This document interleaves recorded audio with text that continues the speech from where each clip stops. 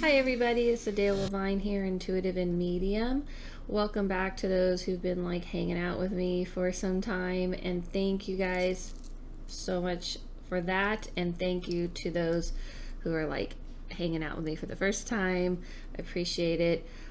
So today we're going to get to the subject pretty quickly because this is definitely one that I've put a little bit off because I wanted to approach this just probably similar to how I approach everything, but this is a different take on, angels and other beings. So the title probably isn't going to be that. It's probably going to be something like, what are angels and other beings really? Something like that. And also,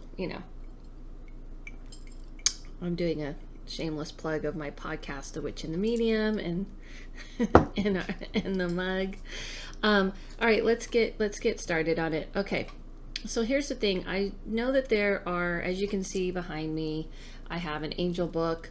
I have an Archangel Michael statue, and I have another Archangel little book. The little tiny book next to the skeletons is about Archangel Michael. And to me, it's a representation of that energy. So the reason why I kind of took my time on the subject is because it's a little bit personal to people. I would say a lot personal. People have personal experiences. They feel that they've experienced as angels on earth in human bodies. People feel like they have had contact with their guardian angel. People have a lot of belief on what the different angels are, Archangel, Michael, Uriel, Raphael, all that kind of stuff. And there's a lot of information out there. And as I do everything, I only tell you what I've learned from that realm.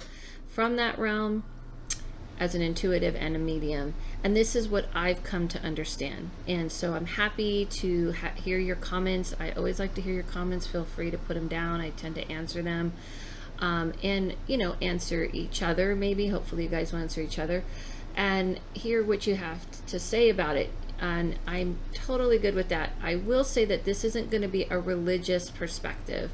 So let's start with the archangels. Archangels, and there are many of them, and like I said, you can go down the list of all the different names: Uriel, Azrael, Raphael, and there's ones that aren't as popular. There are people who have listed all these names, whether it's really from the Bible, though, that the people that I'm talking about. But I personally, even though I grew up religious, I didn't grow up with the archangels as a part of our religion. I grew up Seventh-day Adventist, so it wasn't really a thing that I even was familiar with. But when I started, and I'm not that religion anymore, but when I started to become more and more into my, calling and what I do, I just got drawn to Archangel Michael. Now, what I believe archangels are, I believe that they're energy. Right, there is like a ball of electrical energy, like a very strong energy. The wings that are depicted as birds are actually energy strings kind of coming off. It's just the expansion, I should say, of their energy, almost like tentacles that come off of their being. And because they're not in a physical body and they don't have to keep it harnessed inside, and I don't see them as ever being human. I just don't see them that. Whenever I felt the energy, whenever I've had that kind of knowing and communication, the archangels and angels, period, just don't feel human to me. Now, there is debate that are they extraterrestrial? Why can't I say it? I think, they're ETs. Some people believe they're ETs or alien, which makes sense to me in the sense of they are not human. So anything not human is an ET, right? So I think it's interesting that people will believe in those type of angels, but not believe in ETs. Then there's the guardian angels that people believe that when you die, some people evolve into this higher being and become your guardian angel. Also, guardian angels are looked at as, even an angel that is assigned to you from birth and follow you around. All right, so archangels. Archangels to me are definitely a higher vibration and a very strong vibration. And they also importantly to me, are warriors. They're very much the warrior. If you ever see pictures that are depicted of them, I feel people kind of see them that way too, but I feel like sometimes you can also see, you know, images of them being kind of soft and airy, and I just don't see them that way. I see them as the protectors between the world. This is what I've come to understand.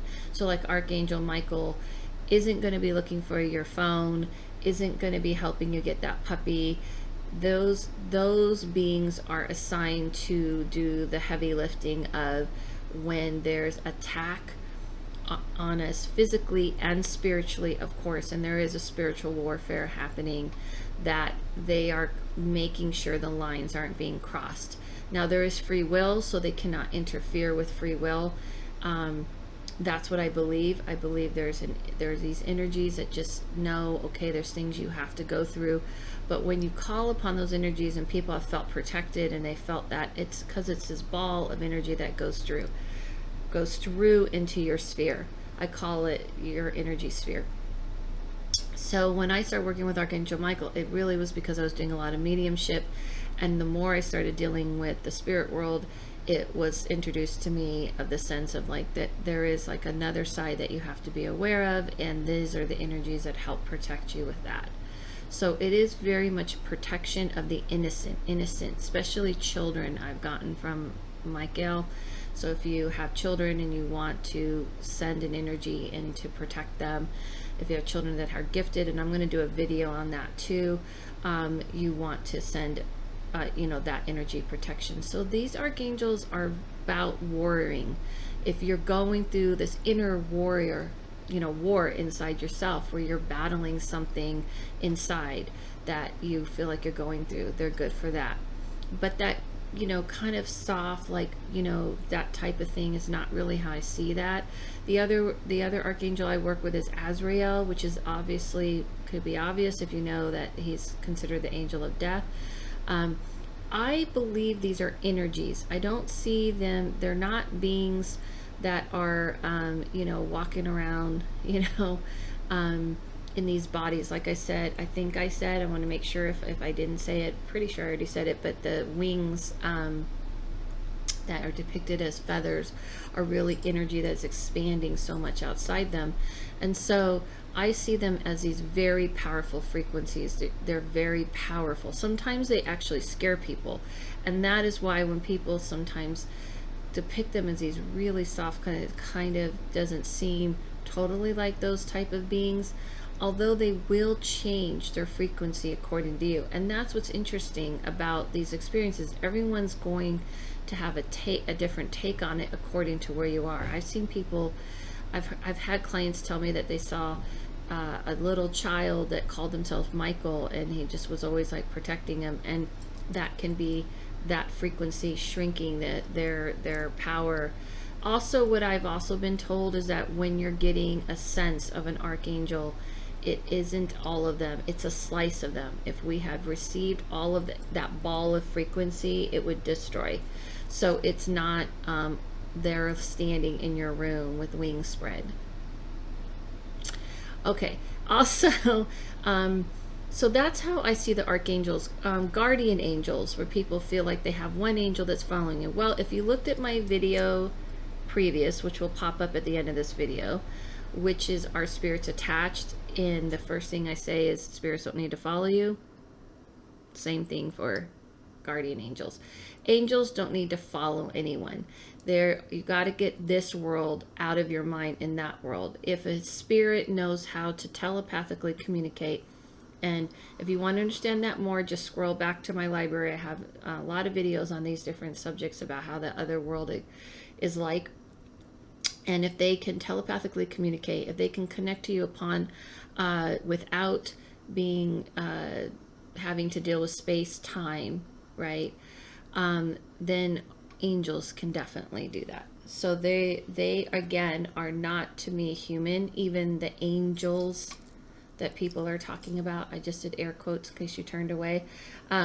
Yeah, they're a frequency. They're a different frequency. They're kind of almost like more that day-to-day, you know, when you're going through. And just like here, just like I believe we service each other here, that everything we're doing is a service. If someone is giving you coffee, if someone is cleaning up your mess at the ER, you know, if somebody is just simply even, you know, ringing you up at the grocery store, they're doing a service. We're all servicing each other.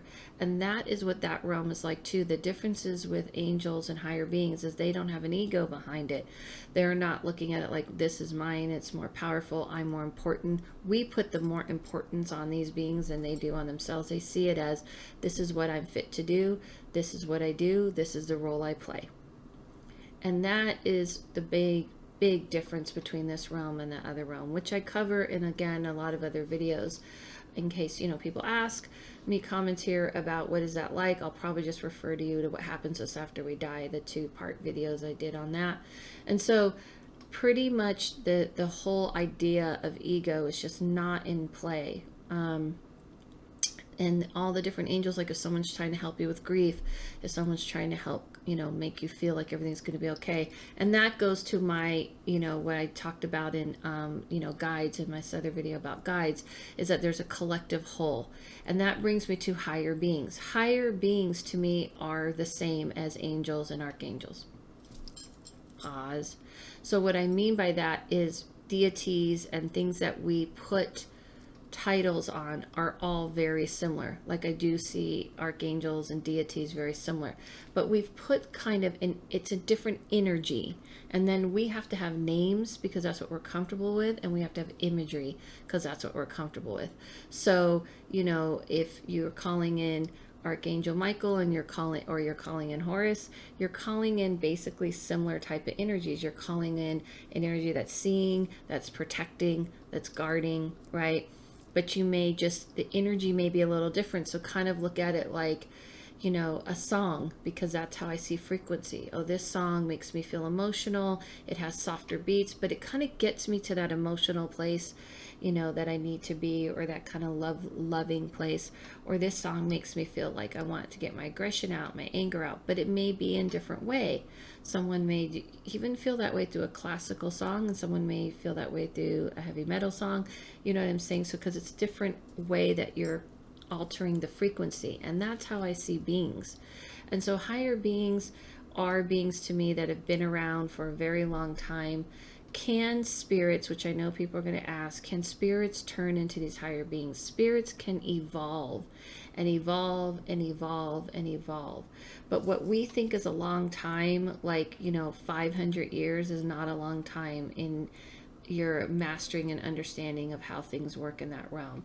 Like I've said before, and I'll say it again, we're seeing like a corner of a very large, gigantic puzzle. And those who've been around more from the beginning kind of understand things and have gone through evolvement. And then there are those who didn't have to go through that evolvement on this plane, on this earthly plane as a human. So for a spirit to get to that place, it takes quite a bit of involvement. But can they evolve into a place of higher understanding and a higher, you know, awareness and a higher consciousness? Yeah, of course. But shedding that human part of you takes a lot longer than people. So I don't really see higher beings as the same as human beings. I almost feel like it's coming from a place of the service that the higher beings agree to, or we're in this other realm, or maybe they were in this realm at one point and evolved. And that's kind of up for debate, you know, in the sense of like, are the higher beings aliens? Are the ETs, you know, that we look at and we kind of demonize and are scared of, are there actually these higher beings? I believe they are, which I did a video on interdimensional beings. I believe higher beings. I touched my ear almost like, oh, did I hear? No, I didn't hear any contact. But I believe higher beings are can be that as well, for sure, interdimensional beings. So I feel like today I just wanted to stick to the difference between higher beings, and I'm going to put the category of higher beings as deities. And I know someone asked about Fae. Now Fae is like a whole different category. I'm not a big expert on Fae, but I would definitely like do a video sharing my experiences. But I definitely feel like they're kind of beings. I don't know if I would call them higher beings, because they kind of play an earthly realm to me role, where they kind of are helping kind of be a little trickstery. They're almost like trying to teach you through their little trickster attitude. And that would be a whole different video. So I would do a video on Fae, because I don't consider that as an archangel, angel, or higher beings. Although some people believe that, and that's okay too, because basically we're talking about non-humans.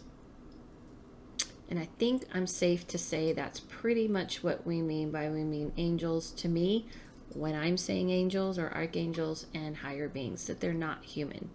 So I would say stick to that.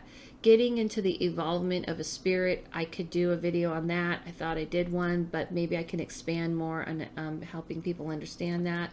But this is about archangels, angels, and higher beings. So when you're working with those energies, again, kind of look at, do you need the warrior? If you're afraid of something, if you're afraid, like you're walking to your car and you're afraid, if you're afraid of something spiritual, these are the higher beings.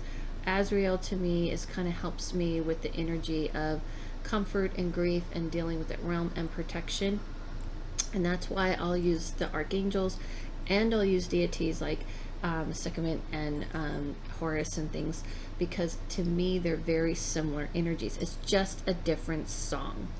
So that's kind of like as simple as it is. Don't get yourself caught up and lost in the whole, how many angels do you have?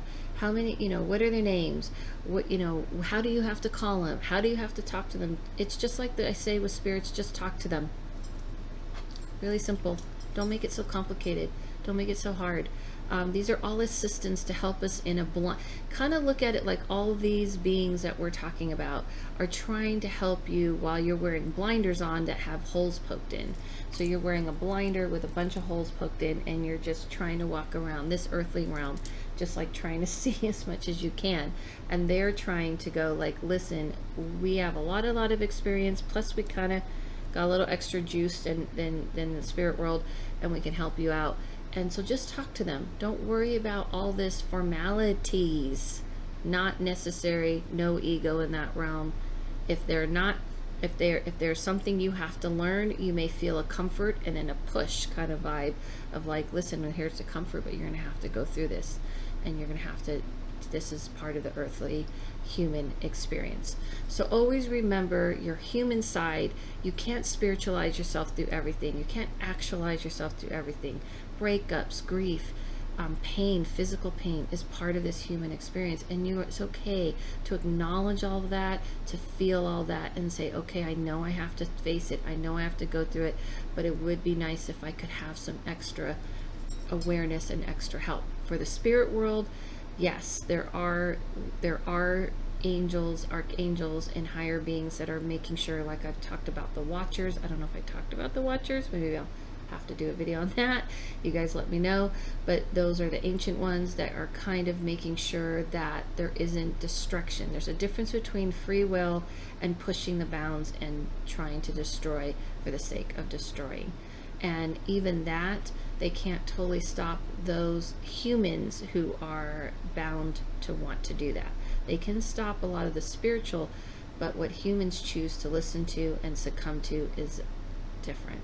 And I'll have to probably do a whole video on that, I'm thinking. Thank you guys so much for listening. I hope this and watching. I hope this helped. You can follow me here on YouTube, and check out my community page, because I tend to post things about what I'm going to be putting up or I want you guys to vote on. Also, go ahead, I'm on Adele Levine on Instagram. Follow me there. I post a lot pretty much on there as well. And I'm on the podcast, like I mentioned, The Witch and the Medium. If you're in the local area, The Witch and the Medium is actually going to be doing some in-house, we're going to be doing some readings and events at places, so you guys can check out, what we're doing and what we're up to. You can follow The Witch and the Medium on Instagram, and you can go, if you're interested in these things, if you listen to the podcast, to thewitchandthemedium.com, and you can check out what we have on merch and everything. And I think I'm going to put the link up in the description. Yeah, I guess that's it. That's it for all of that shenanigans that I just went through. Listen to yourself, follow yourself, you guys. Remember that spiritual leaders and teachers are just here to guide and unlock everything that's inside of you.